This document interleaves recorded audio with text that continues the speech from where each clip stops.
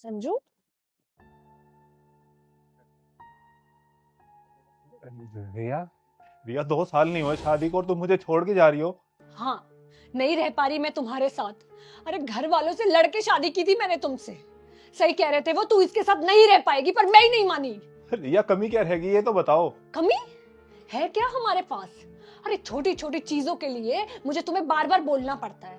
मेरे मायके में मेरे बोलने से पहले चीजें आ जाती थी, और यहाँ जरूरत की चीजों के लिए भी बार बार बोलना पड़ता है। यार थक गई हूँ मैं।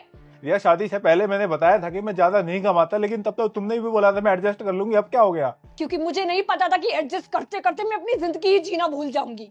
रिया मैं और मेहनत करूंगा, पर मुझे तुम्हारा साथ चाहिए, प्लीज मत जाओ। समझो, मेरा ना यहाँ पे दम घुट रहा है, मैं नहीं रह पाऊंगी। अगर तुम चलेगी तो मैं नहीं रह पाऊंगा।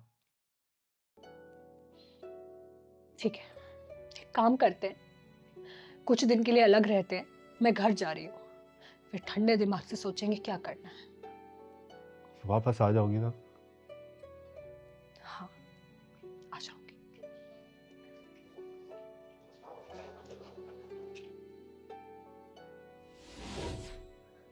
रिया तुम यहाँ कैसे? वो मैं अपनी बहन को पिक करने आई थी। तुम बताओ, तुम यहाँ कैसे इतने सालों बाद? वो मेरा ट्रांसफर हो गया ना, तो मैं यहीं शिफ्ट हो गया हूँ। तुम बताओ कैसी हो? ठीक ही हो। रिया इन 6 सालों में तुमने मुझसे कभी बात करने की कोशिश क्यों नहीं की? संजू, उस टाइम मैं बहुत टूट चुकी थी यार, बहुत परेशान थी। मुझे लगा कि हम दोनों का अलग रहना ही ठीक है, पर मैं भूल नहीं पाई। क्या रिया हम बैठ के बात नहीं कर सकते थे? क्या सच में इतना आसान था अलग हो जाना, सब कुछ भूल जाना?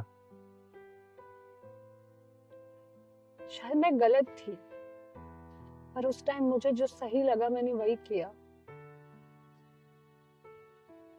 खैर जो हो गया अब उसे बदल तो नहीं सकते। तुम बताओ तुम्हारी लाइफ कैसे चल रही है? शादी की तुमने?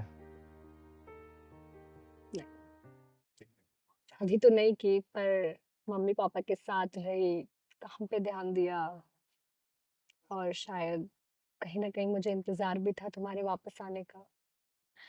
खैर छोड़ो, तुम बताओ, तुमने कर ली शादी? नहीं, मैंने भी नहीं की। तुम्हारे जाने के बाद मैं भी टूट गया था, और 1 साल तक तो मैंने पूरी कोशिश की तुमसे मिलने की, तुमसे बात करने की, लेकिन ना तुम मुझसे मिली, ना तुमने मुझसे बात की। फिर मैंने सोचा कि अब जो करना अपने करियर में ही करना है, और मैंने सारा ध्यान अपने करियर पे लगा दिया।